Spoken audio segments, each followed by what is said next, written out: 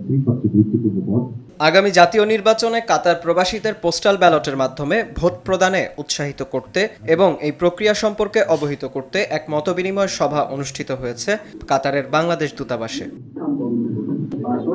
দূতাবাসের প্রথম সচিব ও দূতালয় প্রধান আব্দুল্লাহ আল রাজির সঞ্চালনায় এ অনুষ্ঠানে উপস্থিত ছিলেন কাতারে নিযুক্ত বাংলাদেশের রাষ্ট্রদূত মোহাম্মদ হযরত আলী খান, দূতাবাসের মিশন উপপ্রধান মোহাম্মদ ওয়ালিউর রহমান, শ্রম কাউন্সিলর মোহাম্মদ মাসুদুল কবির, রাজনৈতিক কাউন্সিলর বারিকুল ইসলাম, পাসপোর্ট বিভাগের প্রথম সচিব মোহাম্মদ মইনুল ইসলাম এবং রাজনৈতিক বিভাগের প্রথম সচিব মোহাম্মদ নাসির উদ্দিন।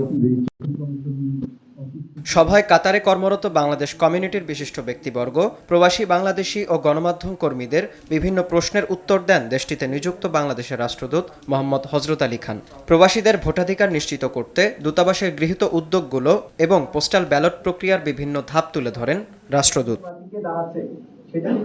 নাগরিক হিসেবে ভোট দেওয়ার দায়িত্ব ও গুরুত্ব তুলে ধরে প্রবাসীদের আসন্ন ত্রয়োদশ জাতীয় নির্বাচনে সক্রিয় অংশগ্রহণের আহ্বান জানানো হয় সভায়।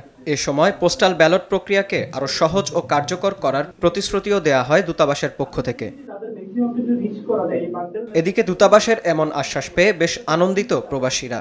সুষ্ঠু পরিবেশে পরিবার পরিজন নিয়ে ভোট দেওয়ার প্রত্যাশা তাদের। আমাদের ভোটের অধিকার দিচ্ছেন, এই জন্য অবশ্যই ওনারা ধন্যবাদ পাওয়ার উপযুক্ত।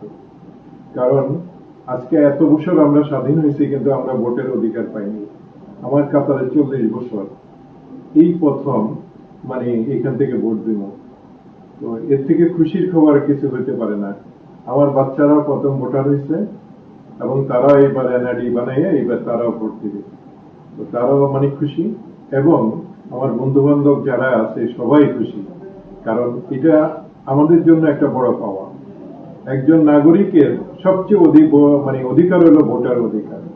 সেই ভোটের অধিকার আমরা পাইছি, এই জন্য এই সরকারকে আমরা আন্তরিকভাবে ধন্যবাদ জানাচ্ছি।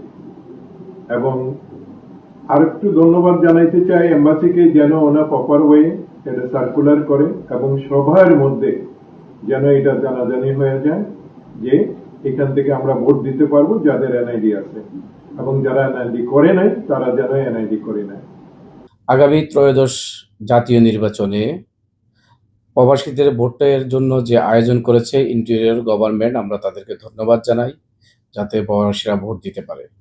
কিন্তু প্রবাসীরা যে প্রক্রিয়া ভোট দিবে সেই প্রক্রিয়া হচ্ছে প্রবাসীদের জন্য নির্বাচন কমিশনার বাংলাদেশ থেকে যে প্রবাসী যে দেশে থাকে সেই দেশে তার জন্য ব্যালট পেপার পাঠাবেন এবং কি একটা পোস্টাল ভোট অ্যাপস তৈরি করেছে, সেখানে অনেকে রেজিস্ট্রেশন করেছে।